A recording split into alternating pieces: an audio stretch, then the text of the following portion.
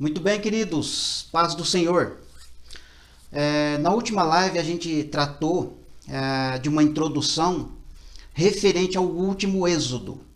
E por conta de meu áudio não ter ficado 100%, é que quando a gente faz live eu preciso colocar o meu notebook, preciso fazer uma ginástica enorme, né? Com microfone, com fone de ouvido e tudo mais. E o meu notebook não está com a câmera adequada para a gravação.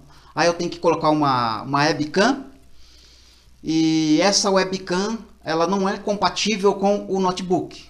E aí eu perco na qualidade de áudio.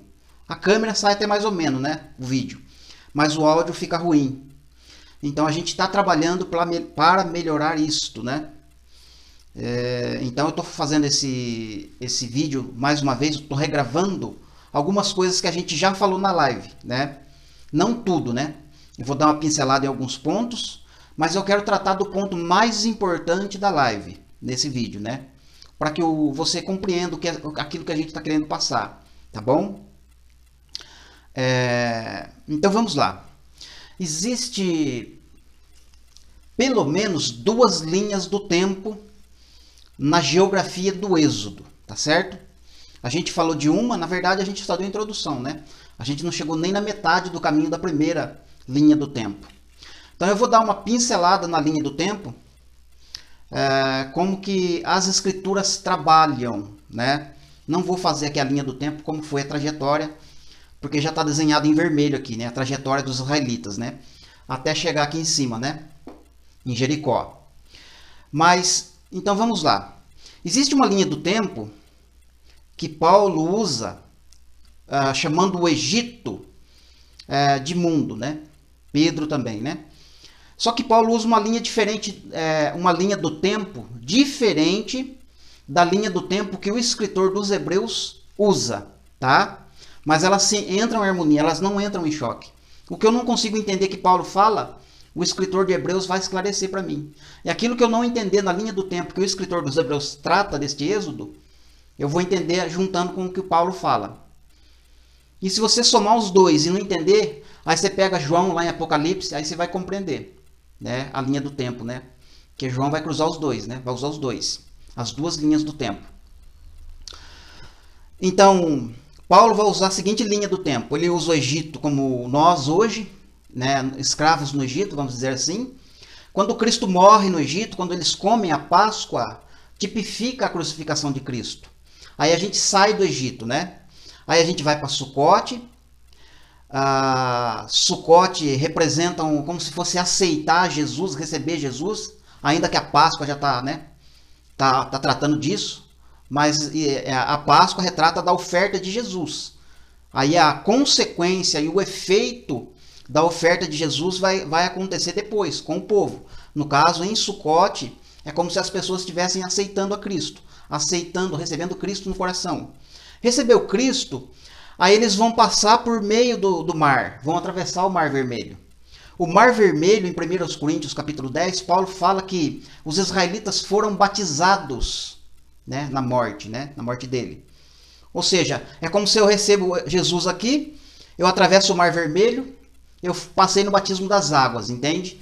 Passei pelo batismo das águas, aí vai ter um deserto assim, né? Vai chegar naquela trecho lá que as águas se tornam amargas, né? É um deserto espiritual na vida cristã. E aí vai chegar no tempo de Pentecostes, né? No Monte Sinai, que simboliza o Pentecostes, né? Que seria a quarta festa. A pessoa passou pelo Pentecostes, aí ela vai fazer toda essa trajetória aqui, ó, né? Até chegar na Terra Prometida, entende? Porque Josué representa Jesus colocando, né, a igreja no reino milenar, né? Tá certo? Jericó representa a batalha do Armagedon do Antigo Testamento, aquela que aparece na Apocalipse, entende? Então o apóstolo Paulo usa uma linha do tempo semelhante a esta que eu passei para vocês, tá? Mas o escritor dos Hebreus, ele usa uma linha diferente, né? Vamos lá, tô fazendo bem pincelado, tá? Não tô entrando nem nos pormenores, porque o assunto é gigantesco, né? Gigantesco mesmo. Depois a gente retorna aqui, né? Vamos pegar de novo, né? A gente vai sempre estar usando o Egito como base, né? a cruz de Cristo, né? Até porque o Egito está mostrando um pedaço do Gênesis, né? Então eu posso usar Isaac, né? Quando Isaac está aqui, ele é crucificado, vai para o Egito e começa a história do Êxodo, entende? Mesmo que se for voltar lá na história de Adão e Eva com certeza estiver nesse território aqui, ó, entende? E o Gênesis, né, começa nesse território, entende? Então, de todo jeito, a gente começa, o Gênesis vai começar aqui no Egito, entende? O primeiro lugar que a gente vai começar a entender as coisas é o Egito, como partida, né? Então, aqui a Páscoa no Egito, só que aí a crucificação volta um pouquinho para trás. A gente volta na época de José, tá? É o que a gente usou na live, a linha do tempo, né? Aí quando eles estão aqui no Egito, tá para sair no Egito, já tá entrando na última semana para a igreja, entende? Tá entrando na última semana, já selou o povo, já começa a levantar duas testemunhas, Moisés e Arão, para tirar o povo do Egito, entende? Como se a gente estivesse olhando para o Apocalipse mesmo. E aí então a galera tá se preparando para sair do Egito, para sair do sistema hoje do mundo. E aí o pessoal tá saindo. O pessoal saindo do sistema, aliás, vamos recapitular uma coisa aqui. Moisés e Arão tá tocando trombeta, entende? E caindo pragas no Egito. Israel não saiu do Egito enquanto as pragas estão caindo, entende? Israel está dentro do Egito. Israel experimenta quase todas as pragas, né?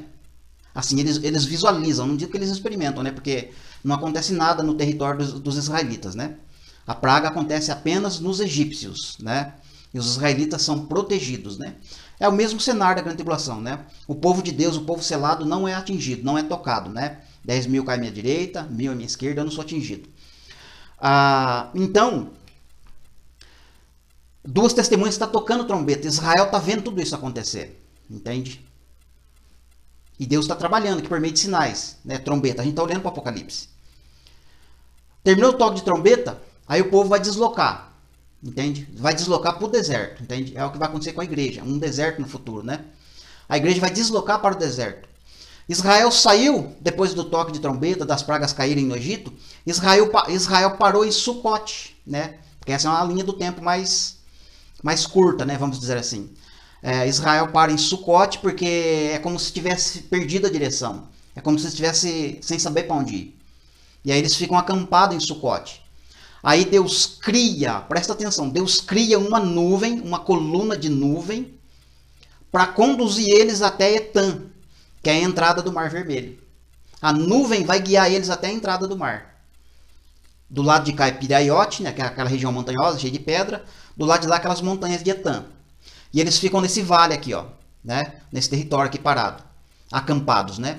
E aí fica uma coluna de nuvem, né, guiando eles. E eles ficam um tempo aqui parados, né? E aí, de repente, o faraó vem atrás, né? Eles estão cercados lá no mar, eles não têm para onde sair. O faraó está começando a sair do Egito, vindo atrás deles. Essa coluna que está protegendo Israel, a coluna sai da frente de Israel, volta para trás dos israelitas, e a coluna vai ficar entre Israel e faraó. De maneira que faraó não consegue ver os israelitas que estão aqui, e os israelitas não conseguem ver faraó do outro lado. E essa coluna de dia, nuvem, e noite, fogo. Essa coluna, ela é como se fosse uma tempestade, né? A gente vai ver isso na carta aos Hebreus.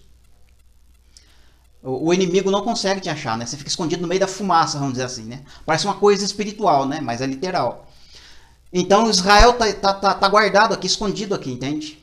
O vento está soprando, o mar está se abrindo e o faraó está parado lá, porque não tem jeito dele passar, porque tem uma tempestade na frente dele, que é a coluna.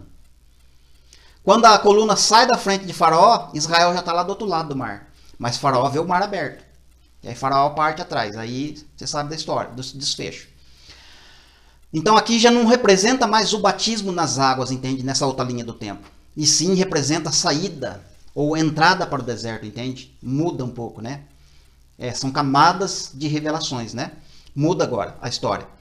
Então agora é como se a igreja estivesse indo para o deserto, né? Deserto dos povos, não deserto de água, não deserto de areia e não deserto espiritual, e sim um deserto de povos. Lugares que Deus vai direcionar com uma coluna igual essa, né? É os textos que eu vou ler daqui a pouquinho.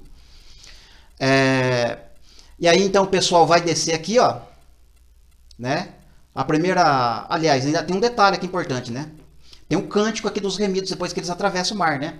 representando que esse território aqui, ó, é considerado como se fosse um milênio, né? Depois que atravessa o mar, entende? Por que eles cantaram o cântico da vitória?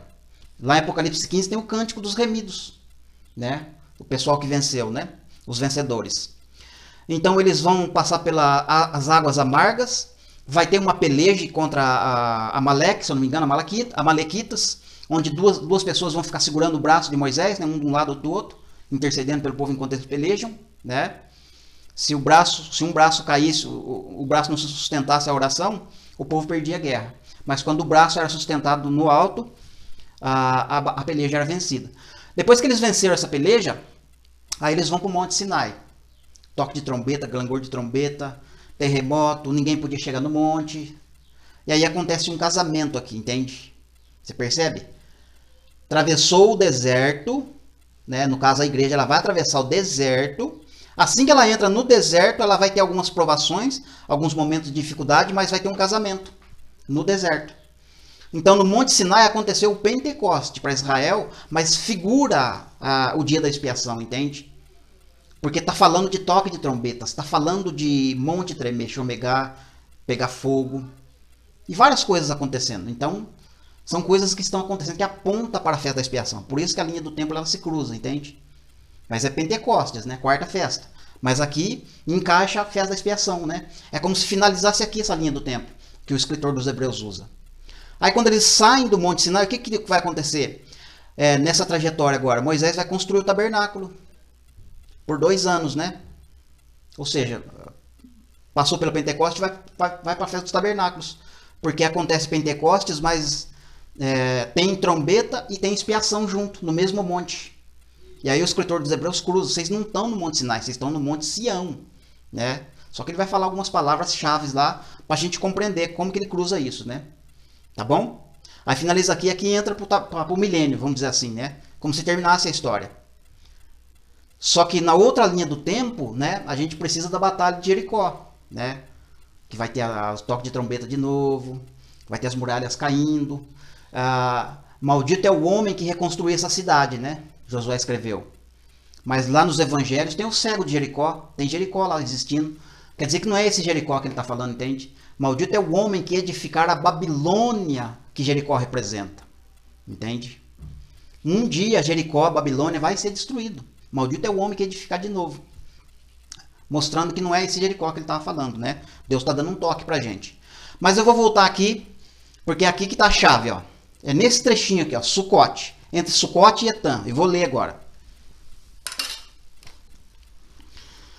Diz assim, ó. Isaías capítulo 4, versículo 5. Aqui está falando, a gente leu na live, tá? Esse texto aqui. A gente leu lá na live, né?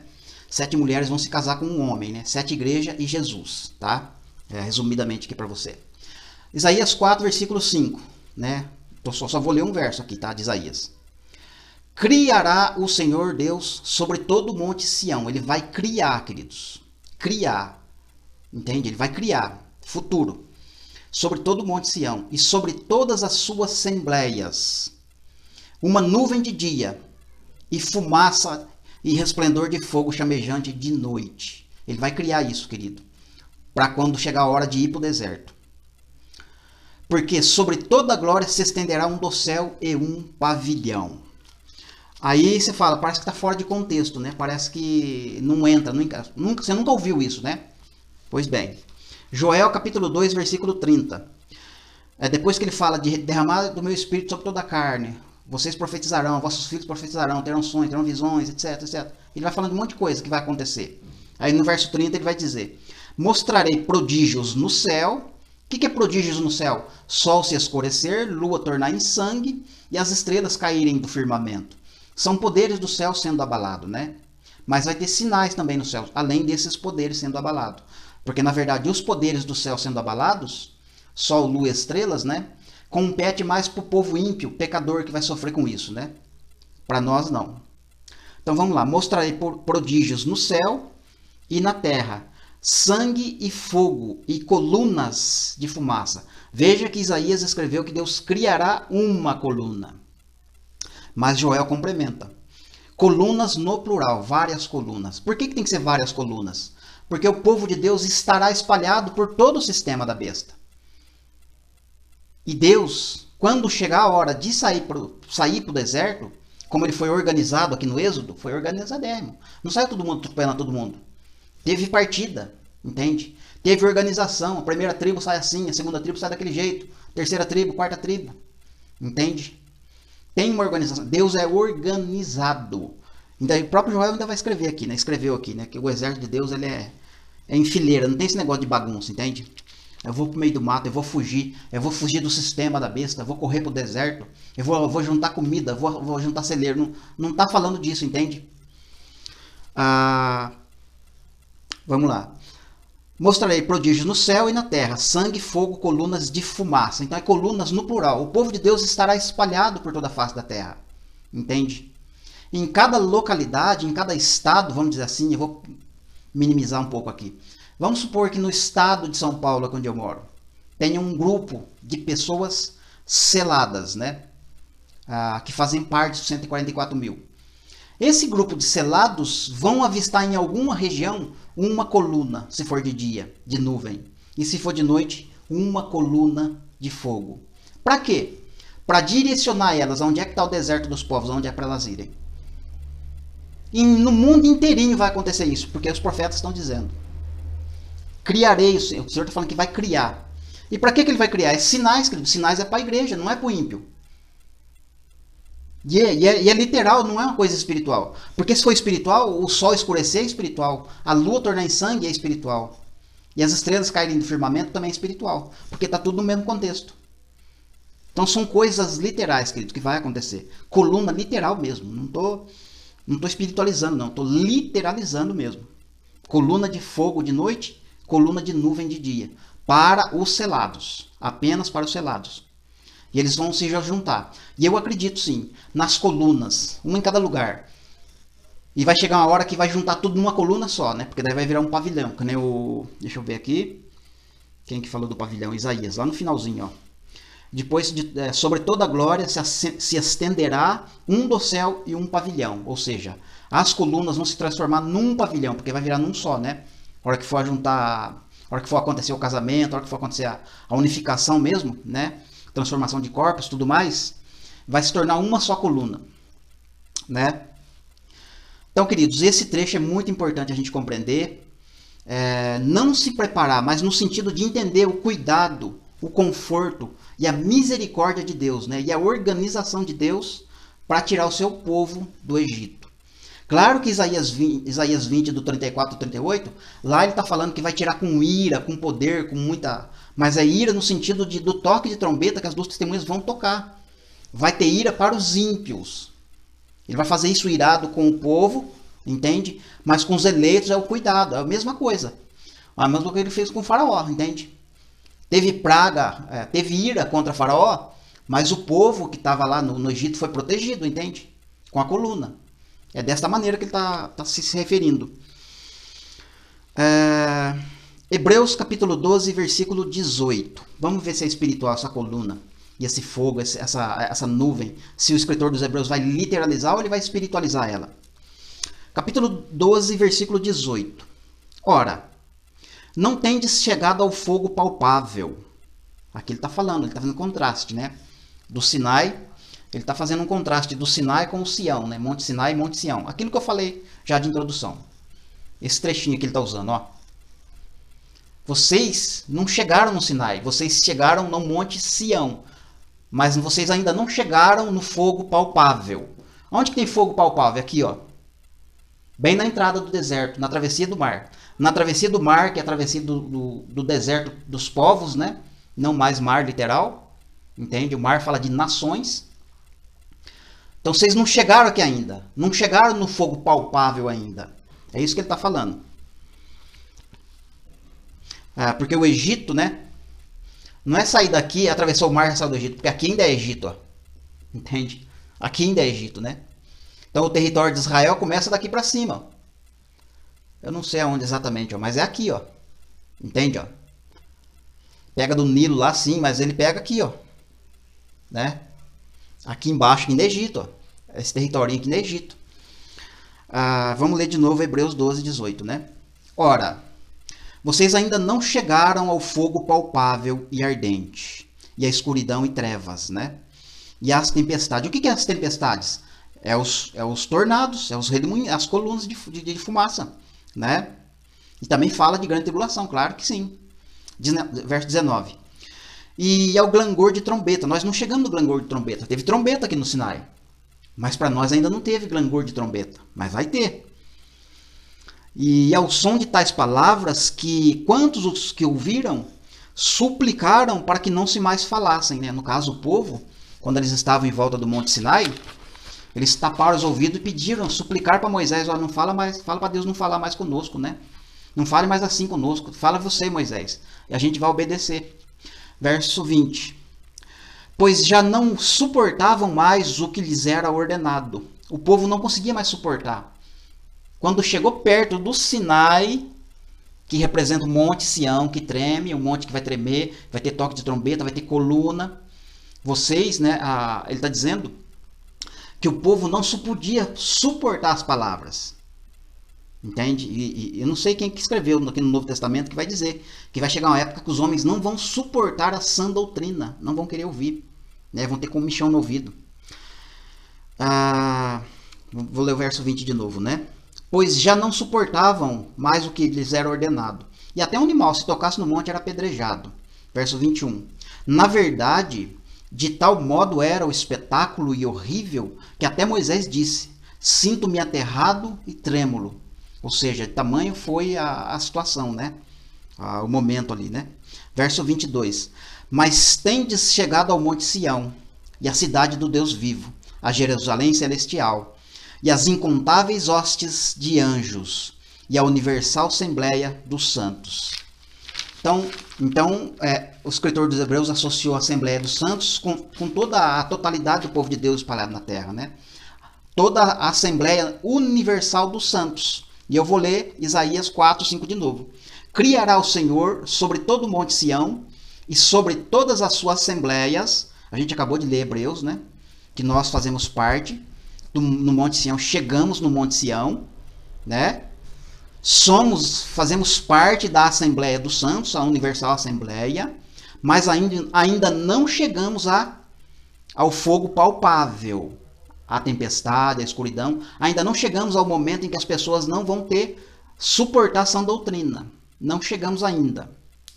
Pelo menos lá naquela época, né? Que ele estava escrevendo. Agora eu já não sei. A Assembleia, né? Uma nuvem de dia, de fumaça, de resplendor de fogo chamejante de noite, porque sobre toda a glória se estenderá um dossel e um pavilhão. Então, queridos, está muito claro, muito claro. Se eu disser que não é literal o sinal da coluna de nuvem e a coluna de fogo à noite, não é literal também o sol escurecer, a lua não dará suas trevas, e as estrelas caírem do firmamento. E o terremoto também não é literal. É um terremoto no reino do espírito. Terremoto, porque o monte treme, entende? O monte sacode, né? E as ondas do mar, né, que Lucas 21 fala, não é onda de mar literal, né? É onda de grande tribulação espiritual, né? E aí um monte de coisa. Aí a gente vai entrar por um caminho que não vai chegar a conclusão nenhuma, né? Aí vai melhor dizer que já se cumpriu tudo, lá nos anos 70. Né? Igual a galerinha tá fazendo aí. Já se cumpriu, Jesus já voltou, o Apocalipse já se cumpriu. Então, queridos, isso é muito importante. Essa mensagem do último êxodo a gente tem que analisar, a gente tem que verificar, a gente tem que começar a se organizar para ver onde é que está essa igreja, essa assembleia que eles estão falando. Entende? Tem uma assembleia aí na face da terra. Essa assembleia precisa ser ajuntada. Quando eu falo ajuntada, eu não estou falando de arrebatamento. Ela precisa ser unificada fisicamente, em pontos estratégicos. Né? Dentro dessa visão, dentro dessa revelação que Deus está trazendo para a gente precisa entender isso agora, mais do que nunca. A gente vai precisar se organizar, porque Deus é organizado. E Ele já deixou escrito de maneira organizada e nós precisamos nos organizar. E se a gente olhar ali pela igreja primitiva, começou organizado e depois bagunçou, né? Então a gente precisa voltar à origem, né? E aí eu encerro aqui o vídeo, né? Eu encerro o vídeo falando disso. Eu irmão Alex, né, pastor Alex, pastor Luciano, irmão Magno, e mais 2 irmãos que Deus está colocando no nosso caminho, lá de Portugal. O irmão Joel e o irmão Alexandre, que está se unindo com a gente. Provavelmente mais irmãos se juntarão, com certeza. E a gente está com um projeto maravilhoso aí. A gente quer... Tem um assunto aí para tratar com vocês. Eu não vou falar nesse assunto agora, a gente vai fazer uma live. Tem um assunto aí fresquinho chegando, grande, maravilhoso. Mas não dá para pôr agora, né? Junto com esse ponto do deserto. Tá envolvido? Tá. Mas é um outro assunto maior e mais urgente ainda, que a gente precisa se preparar. E aí a gente vai logo muito em breve agora, vocês já vão ficar sabendo, né? É uma coisa maravilhosa que Deus está fazendo e eu tenho certeza que vai alegrar o coração de vocês. Vocês que conhecem as 2 casas, já estão estudando festas, transição de alianças, sabe que vai ter um casamento no deserto, né? Então, para vocês que já tem isso sintetizado no coração, já assentou no coração, já foi selado no coração essas palavras, né? Vocês vão se alegrar com o que está vindo por aí. É um projeto novo, tá bom? Deus abençoe vocês. Não esqueçam de compartilhar.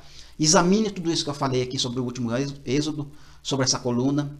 E vocês vão ficar maravilhados em ver a misericórdia, o cuidado, o poder e o conforto que Ele quer trazer para a gente.